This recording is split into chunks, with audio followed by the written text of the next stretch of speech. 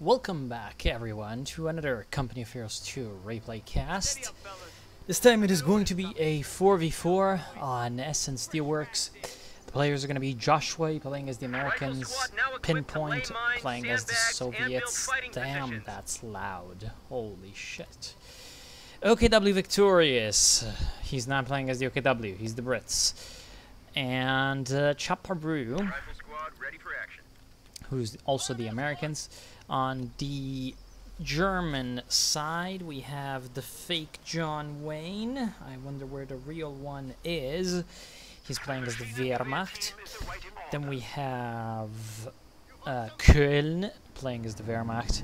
Then we have Maximus, Wehrmacht, and Egon Olsen as the OKW. So, Essence Steelworks. Essence Steelworks. That means, you know, whoever gets in this building wins the right side, at least at the beginning. And whoever gets in this building usually wins the left side, although not as crucial. Still though, with one OKW, we see that the Cube Wagon is being sent on the left to help out there. But they're having to face, of course, the Soviet guy and the American guy, so they've got quite a bit of early game power to deal with. Left-hand side is a bit of a fight. Looks like the Brits decided to leave the protection of their building, and they went in way too close to these MG42s, and so looks like the Nazis can take over the right, and maybe they're gonna have enough steam to actually build some defenses around here. Assault Grenadiers from Köln are trying to be sneaky and getting in close to the Brits. They're doing okay, but they're also taking damage. In the meantime, it seems like the Americans have managed to bring out an M1 mortar, which is going to be a great tool to deal with this MG42. So it should be essentially, despite the early game successes of the Germans, an Allied victory regardless, because the Axis did not bring out a mortar of their own to counter the Allied mortar. This mortar can just continuously shell the building. In the left, it seems like the Americans have taken over the big factory building, but other than the big factory and a couple of points taken here, the fuel is still under German control because of the play of the OKW and the Wehrmacht using the buildings to their advantage. There goes the Cube Wagon. Now, one problem for both the Axis and the Allies on the right is that nobody's really caring about the actual points. If we take a look at the actual point control, we see that there's a lot of territory just being not claimed right now from either side. Finally, the Germans get some strategic points captured on their side, which is going to help. But, you know, both the right side and the fuel still need to be capped, which, you know, is going to be slowing down the teching of all the parties involved. Maximus is going for a lot of machine guns, which is going to make, again, his left side defense a little bit easier, but needs some flexibility of his own, because otherwise the Allies will just slowly but surely push up, and at some point he's going to have to retreat. Once he retreats, he's done, because he's only got machine guns. So he finally goes for some Panzer Grenadiers. Looks like his strategy was to just wait a whole bunch for the Panzer Grenadiers and then spam Panzer Grenadiers, but it hasn't really worked out, and it has conceded the Allies a lot of territory on the left. Because it has left Egon Olsen pretty much all by his own himself, and so he's not going to be in a great position to 1v2. Still, they keep control over the fuel point. Their opponents, we have lots of riflemen from Joshua, who's also infantry company. So he's got priests for later, and should probably go ahead and get himself either a captain or a lieutenant to start using some of that fuel he has acquired. His Soviet friend has decided to go to the right side and help, which is an interesting choice, but it's actually kind of working out as he is able to kind of push back some of these German infantry squads. Assault grenades is going to push back his conscripts relatively easily, so that's, I guess, kind of fine for the Germans. Still, he also is not going for any tier 3, which is a really, really bad decision. I'm not sure why none of these guys are going for the teching, which is absolutely puzzling. Köln also no teching, even though he's got 120 fuel in the bank. And right now the Germans are the ones who are ahead because of the left-hand side being under their control, and because of the center right still being pretty much contested territory. Finally, it seems like the Allies are going to get the cap on this place. Mines being set, and the captain's going to get the capping on that point. The fake John Wayne is getting his battle phase 2, so at least he's starting to try to get some vehicles out in the field, but he hasn't built any of his actual buildings, so it's going to take him a while to get any actual units. Because he's got the base upgrades, but he doesn't actually have the buildings, so he can't build any units. Seems like stormtroopers are being called by Maximus in the rear, but it's not working out, and there he goes. Maximus is also trying to get himself some Panzer Shreks out of his Panzer Grenadiers. Interesting, instead of actually going for versatile infantry with STG-44s to try to deal with enemy ground units, he's actually going to try to get anti-vehicle, which is perhaps a decent decision, but he needs a little bit of extra versatility, in my opinion, if he wants to really continue being versatile and useful to his team. Otherwise, whenever his line collapses, as I said, he's going to be in a very bad position. It has not happened yet, but it will happen someday soon. And once it does, he's going to be basically a dead weight with his machine guns for his teammates. The other true ally players, we have OKW Victorious, who has decided to upgrade the company command post, so he's in a pretty good position to get something out at least. At least he's going to need to wait for a little bit of extra fuel, which is going to come because the allies have built free fuel caches that it was, in fact, OKW Victorious. So, as you know, at the cost of a bit of a sacrifice to himself, he has managed to propel his team into a little bit of a better position for the late game, and I feel like that's a good move for the future of the Allied squad as a whole. And yeah, we're going to see if he can capitalize on this and get out some armor. And then we have Pinpoint, who has actually decided to pick the reserve army, so 80 partisans are available, and also the ML-20 howitzer for later. Stuart tries to come in from Chaparru, but 80 gun is just kind of pushing him back, so he needs to run away.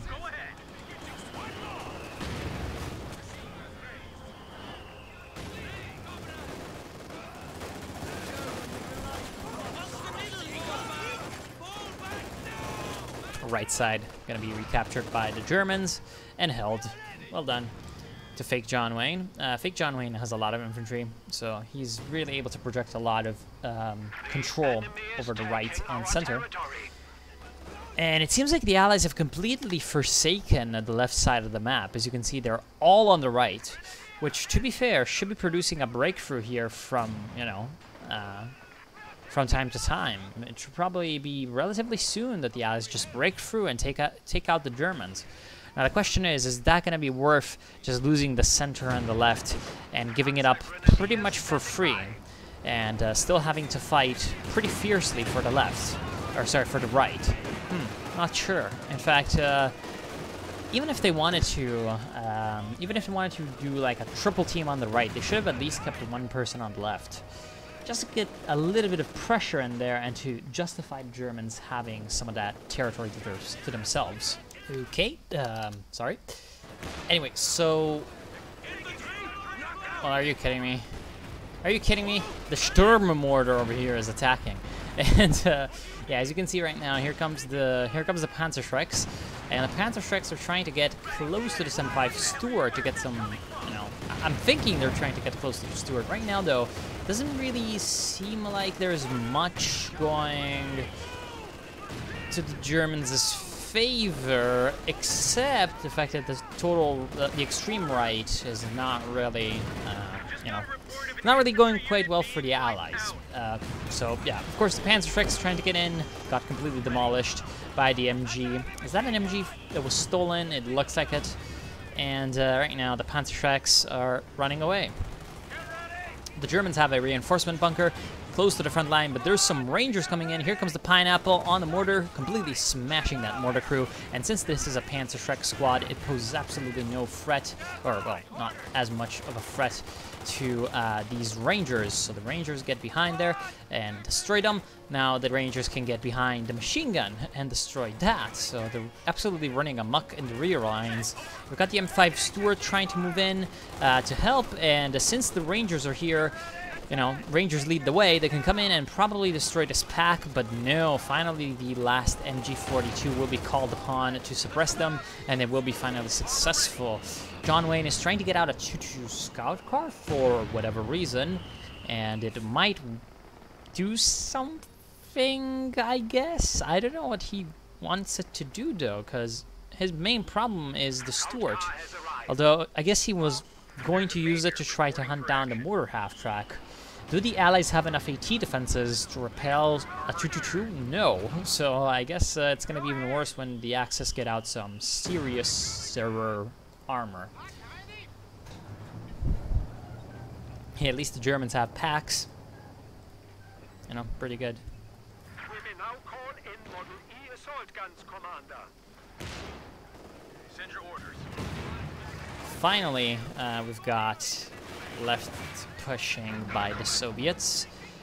So Soviets trying to get out T-34-76, which is going to be very, very helpful against the machine gun. Although they send in the conscripts first without using the tank to clear out the machine gun first. So they're going to have to retreat one conscript squad for no reason. And yeah, now they are having extra problems with Panzerschrecks, but you know, they can probably take over the left with their local force superiority due to that tank. Panther is on the field, and now it's heading straight to the left-hand side. And, you know,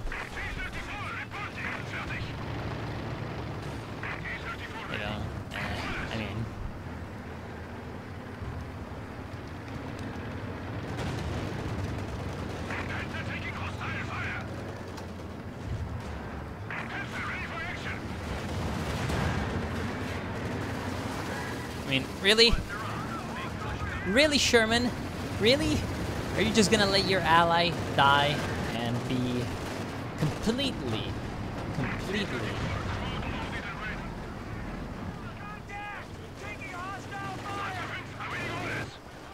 I don't even know. So there's a Lukes on the field at 16 minutes for some reason. So Egon Olsen, after having a pretty nice start, you know, very balanced force composition. He's also got a nice 250 infrared. He decided to go ahead and get himself all of the buildings and also get out a Lukes out of the tier 3, which is, in my opinion, a bit of a bad choice after all these minutes. And yeah, other than this, I think he's going for a KT, which is a mighty fine idea, but I'm still not sure why he decided to get a Panzer II. Although, I guess he's gonna just try to use it on the left-hand side or something? I don't know, it could be a good idea. It could, however, also not be. Most likely not. I don't know, whatever. Boom! Looks like Panzerschrecks are gonna destroy all of this. Pretty good. Meantime, it seems like the Axis is pushing in the center, being very aggressive with the Panther, of course, from Maximus, but might not be the best choice he's ever committed to in his life, because there's the Sherman Firefly, and of course, Piats and AT guns, so there goes the Panther. Relatively easy kill for the Allies. There's a second Panther, however, moving in, and I don't think that this one will be quite as easy to defeat, as it is supported by Pax, so the Pax have absolutely smashed that Sherman. However, the Firefly and the American AT gun and the bazookas and the Piats just absolutely obliterating the Panther. The Panzer IV, seeing the fate of its much more well-armored brother, decides to get the hell out of there, and that's a very, very good choice in my opinion, because he's just going to be kiting away those bazooka shots while inflicting damage on the Allied forces. The Allied infantry tries to charge in and get a counterattack to just kind of throw this momentum around.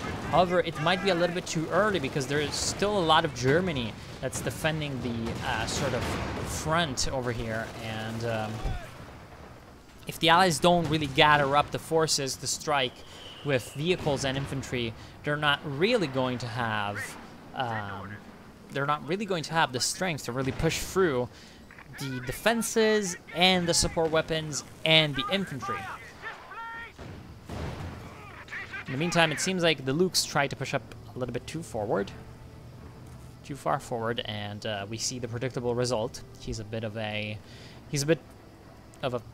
smoking ball of nothing. Sherman Firefly pushes in and gets some shots thrown at it, but you know, predictably they're able to destroy the Schwerpanzer once they had the vision. And now that that Schwerpanzer is destroyed, plus we have the Sherman in there getting some HE rounds on the infantry and support weapons, the way is clear for the Allied infantry to actually take over these points in the middle. Also, of course, just clearing out those mines. Map hacks are in the favor of the Germans, and we are actually going to be seeing a zeroing artillery being popped. I wonder if the infrared counts as giving it vision, because you know technically it is revealing enemy units within the circle of artillery, but it's also technically not giving vision. Whatever. Sherman's gonna die. Is it? Yes. Good shot by the pack. I guess we'll see. Pinpoint is moving in with his Papa Shot conscripts, doing actually very well against the Panzerschrecks. You know, elite Panzerschreck infantry being absolutely crushed by conscripts is always kind of funny. Pershing is on the field for Cavalry. Of course, he was the one with the Rangers pushing in earlier, so that's a very, very good late game armor piece. And now he's able to use that nice 90mm to absolutely obliterate all the German infantry. All this Panzer... well done! I love to see those shots. So right now, as you can see, all these Germans have a lot of P-Shreks, but if the Allies can get a lot of HE equipped tanks, or, you know, tanks that have good splash damage on them, they can really destroy those 4-man Panzerschreck squads, you know, those expensive Panzer Grenadiers, quite easily, and bleed the Germans a little bit more dry than they have been so far. Because right now, the fake John Wayne has a relatively decent infantry force and also 600 manpower to replenish said infantry force. We have Köln with nothing, so I guess that's good. Maximus with the Panzer Grenadiers and also the Stormtroopers, so he can really get bled dry. He's also going for Panthers, and he's also elite troops. So, considering that he's elite troops, he can run into some problems if he goes for the Tiger Race because of the manpower. Well done on that shell. Once again, proving its worth, and as you can see, already up to 15 kills. And then we have the last player, Egon Olsen, who's starting to lose the last of his infantry. So the Pershing is going to be great against both the enemy Panthers and the enemy support weapons and infantry, so soft targets. That's exactly what the Allies need. It's also a very good sort of piece of mobile firepower. So it's also going to be fulfilling the requirement of something that needs to be versatile, mobile, that can be moved around the map quickly, and that can run away in case things go wrong, spearhead fights, and give the Allies some initiative. Looks like Pershing took some damage from the Panzer, not the Panzerschrecks, but well, actually, yeah, the Panzerschrecks. I thought it was actually the Reckenwerfer doing most of that damage, but no. Firefly getting some nice damage with the Tulips, doing a lot of criticals and actually forcing the Panther to run away through the smoke which is itself now covering the Allied armor. We have a couple of Panzerschrecks moving in and actually destroying one of the Shermans, but here comes the T-34 76 and a Cromwell and an Su-85 for some reason. The Su-85 seems to be trying to hunt down the Panther. There's another Panther moving in through the smoke, however, and the Panzerschrecks are still taking damage. The Pershing has been decrewed, actually, so now the Allies need to protect this thing and get it back. But it seems like if the Panther moves in, it's going to die, definitely. But the Panther is trying to fight the Centaur for some reason. And so it's going to be pushed back by the combined might of Allied medium armor and the Piats, so the infantry anti-vehicle. In the meantime, it seems like the Su-85 decided not to do too much, while the T-34 redeployed to the left, and it's trying to push up against the fuel point, which might not be the best choice ever. There is a land mattress firing on the Panther, and that's probably going to cause some casualties, but not much else. There goes the Pioneer Squad.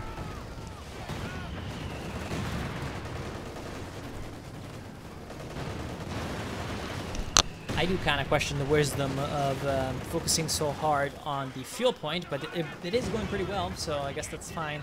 Get those pioneers in that building, please, so that they can use the flamethrower. Anyway, so the reason why I was saying that is because at this point the fuel will not be as important as just VPs, because to be honest, there he goes. Because to be honest, at this point, everyone's got a lot of fuel. But everyone's having less and less VPs. And right now the Centaur is just having, sorry, not the Centaur, the Cromwell is just having the day of his life, destroying pioneers. Unfortunately for the Allies, the Panther absolutely bounces both of those shells, which makes it possible for him to escape. The Allied tanks are also taking a lot of damage from the Panzerschrecks that we're supporting. Panzer IV tries to move in to help as well. There's a T-34-76 moving in from the rear for some reason. Should probably run away and not kill itself because it's too low. It would die in 2 shots from both the Panther and the Panzer IV. Panther misses, luckily for it. So the Pershing is now back to being repaired, and we have an M8 Scott. M8 Scott for Chaparoo. I guess he wants extra firepower to deal with packs and machine guns, which is not that bad of an idea, actually. And here comes the KT, Big Papa Pump. So Egon Olsen, predictably, he was going for the KT. He has decided to get that, although he was a little late on it. He has, yeah, he's got 630 manpower and 120 fuel. So I don't know, whatever.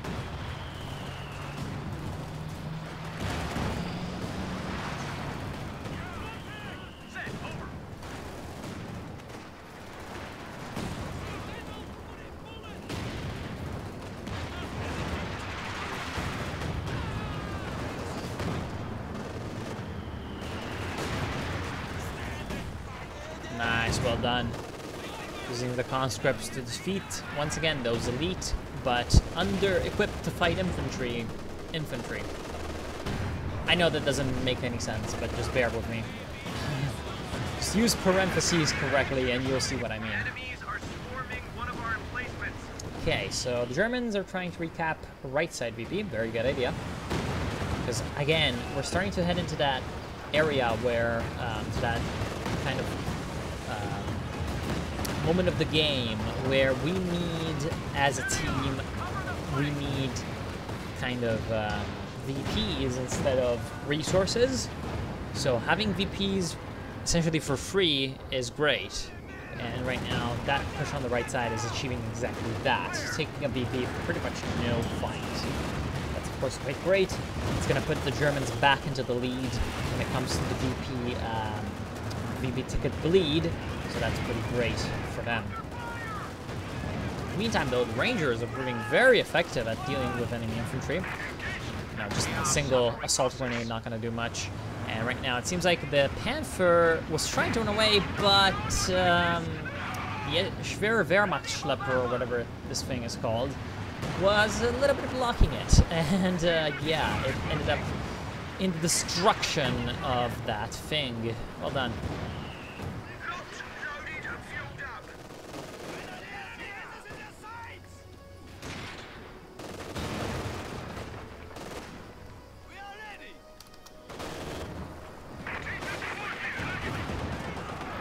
No, I am T-34-76. I destroy enemy.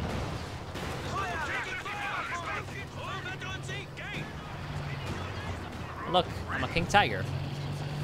Anyway, it seems like the Allies are really breaking through the center. And unless the Germans put more effort onto the right side, they're going to be in trouble. Because the Allies don't seem to need the left-hand side, even though they should send troops there and capture it and do some harassment. They really, really, really should, but they're not, which is like, whatever. They don't seem to need it all that much because right now they're kind of steamroller tactics in the center by just pushing forward, united, free people, you know, into one small area. It's working out very, very well against the Germans who have less of a unified kind of big army. The center of the enemy, big fist. And so this, wow, that was a wipe. So this is kind of allowing the Allies to pick off enemy units one at a time, you know, valuable enemy units one at a time, such as Tigers, Panthers.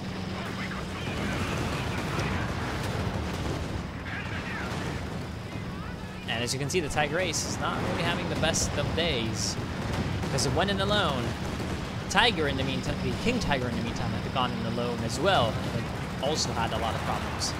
Firefly and Pershing are really using their firepower to deal with these enemy vehicles, and actually all of these guys are now very, very low. Both the Panther and the Tiger are at almost no HP, and King Tiger is faring just a tiny bit better. So if the Allies push in right now, they can get a lot of high-value kills. So as you can see, the Pershing moves in, destroys the King Tiger. Now it's going to turn around and try to avoid the Schwer Panzer headquarters as much as possible to get in at the Tiger Ace. The Tiger Ace is vet-free, sure, but it doesn't matter if so many Allied vehicles come at it when it's so low on HP. So here comes both the Comet and the Pershing. Very, very mobile, very, very hard-hitting units. Didn't stand a chance. Now the Panther also reveals itself in all of its low healthiness, so perhaps the Allies will try to use this chance to go at it and destroy it in some way. America Garden, yeah, America, fuck yeah, of course. So as you can see, Joshua is trying to move in with the M4A3 Sherman.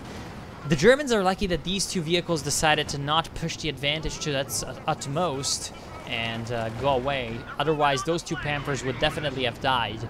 But perhaps the Allied tanks would have died as well. So I kind of commend the cautious approach.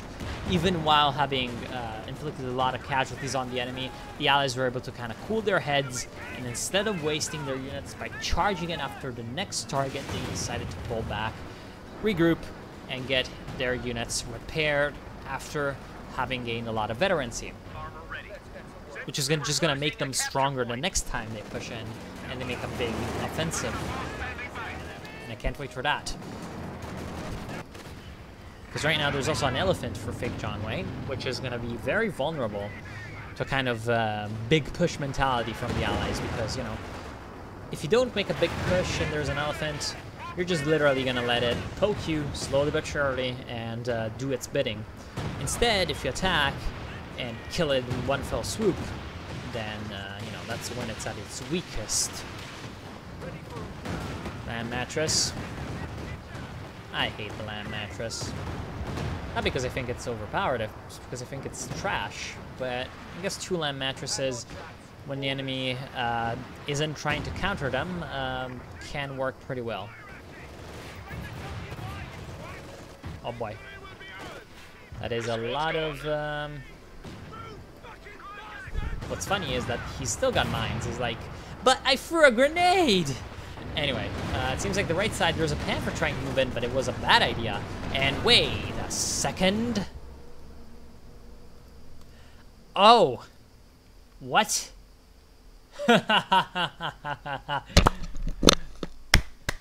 Esports ready, Relic. Okay, so what happened is, apparently...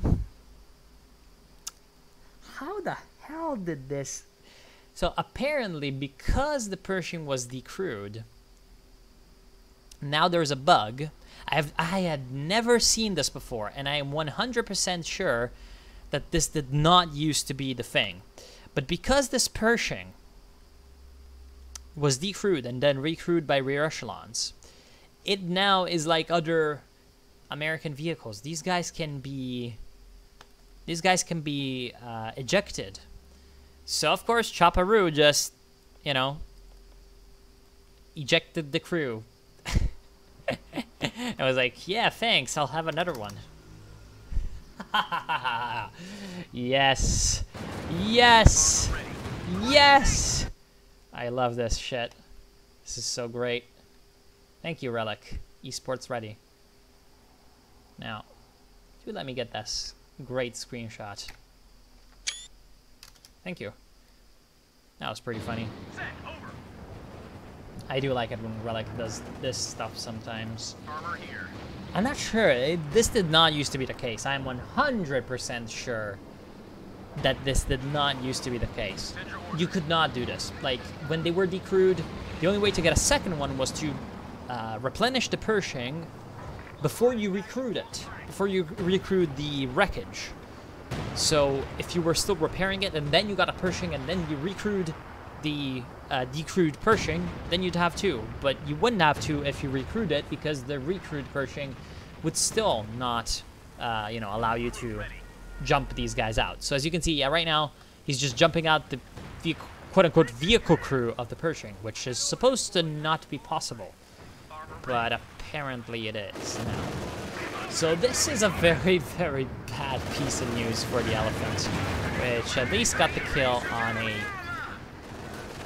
American A half-track. Really? Anyway, Sherman Firefly will die if it doesn't run away. Come on, just run away. No. That Firefly will die. Yep, it did. Hey, at least the Panther's also dead. There's also an M36 Jackson, which is gonna do some damage. And right now the Germans are, yeah, they're kind of feeling the burn. And right now here comes the Bernie squad over here, 2 Pershings. The bros, they're gonna come in, and if they can get a nice flank, looks like they're trying to make a kind of a pincer move. You know, 1 Pershing on one side, 1 Pershing on the other. If they can make a nice flank, then these Germans are not gonna have a good time, because the Elephant will die in like 2 salvos from these guys. So yeah. So right now the Germans are trying to run away and preserve whatever they have left. Maximus's Panther is trying to make a nice flanking maneuver. However, it's just not going to be enough, because it's by itself going to expose its own flank to American vehicles, and so that's going to make it take quite a bit more punishment than he perhaps wanted.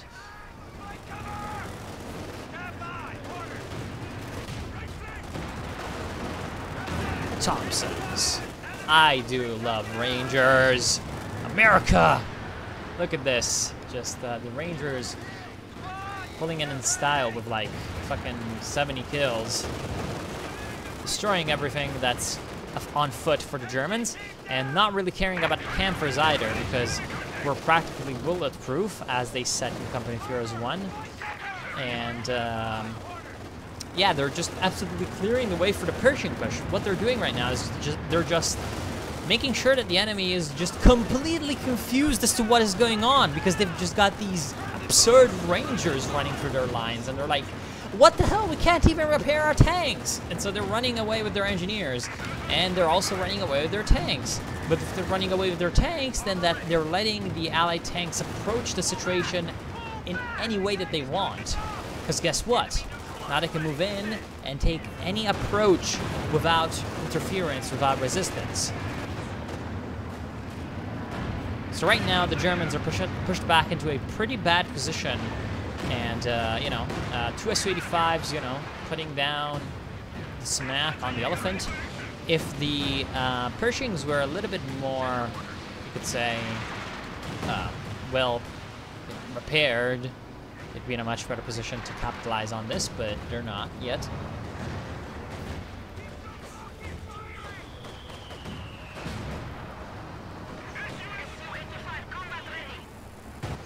Man, 2 Pershings. Love it. I also love what the other Allied players are doing, but you know, the Germans being pushed back slowly but surely still does afford them opportunities to come back. Honestly, if they were not so fixed on getting Panthers, once again, it's like the German fixation with Panthers. They really like Panthers for some reason, and it's fine if they did not also really like Panzerschrecks. It's like you get one or the other. It's like if you get a lot of Panthers, then you get elite infantry and good support weapons, which they did get good support weapons, but you get elite infantry to support said Panthers, you know, kind of like fake John Wayne. Look at what he's doing. He's got his elephant, sure, but he's also got infantry to support it, you know, against enemy infantry that could come in and throw anti-tank grenades or take points. Such simple concepts as cap territory. So it's like infantry is useful. But essentially what you do is you either go with versatile units, or you go with a lot of vehicles that can deal with infantry, or a lot of vehicles that can deal with tanks, and then you get the other one for your infantry. It's not so complicated. Unless the Germans are trying to do something more complicated at the level of, like, you know, one player does something, then another player does something, then another player does something else. But it's not what they're doing. It's more along the veins of what the Allies are doing. We have Joshua with the infantry company. He's got priests, and he's got some Jacksons, so he's got a little bit of support. Then we've got OKW Victorious with some medium armor and then a Sherman Firefly. Then we've got Pinpoint with get some more medium armor and some tank destroyers. And then we have the guy with the heavy armor. So it seems like, you know, they're pushing heavily for the tank destroyers, but they're still leaving the door open for anti-infantry medium tanks and also, you know, what I call advanced medium tanks, which are essentially Comets or Pershings or T-34A5s. You know, something that can really put the hurt down on the enemy, but it's also conceivably just a medium tank. You know, it plays the role of a medium tank. And it's working out. Finally, also, the Allies seem to have noticed that the left side exists, so they've taken that.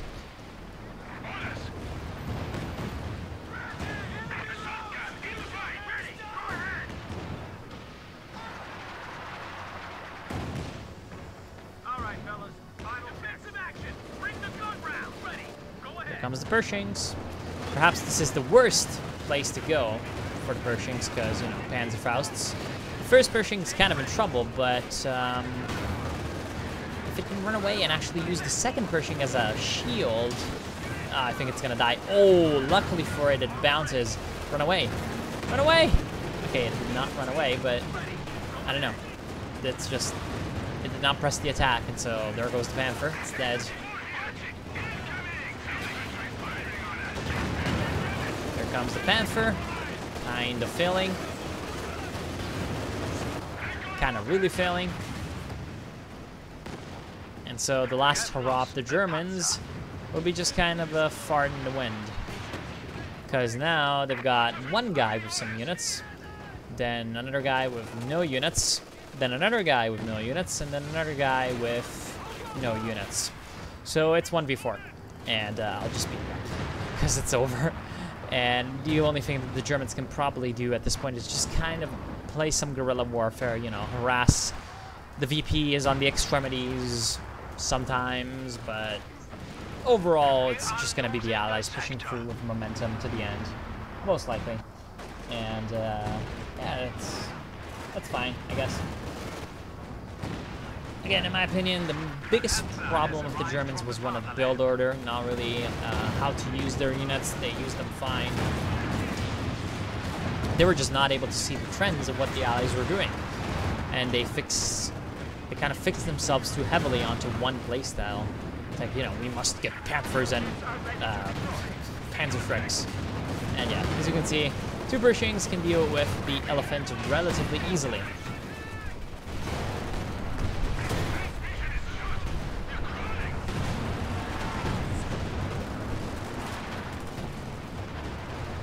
John Way's not happy about his pathfinding.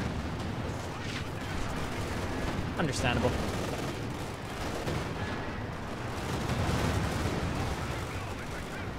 Here comes the last of the Panthers, but it's gonna be worse than the last of the Samurais. One of our panzers has been destroyed.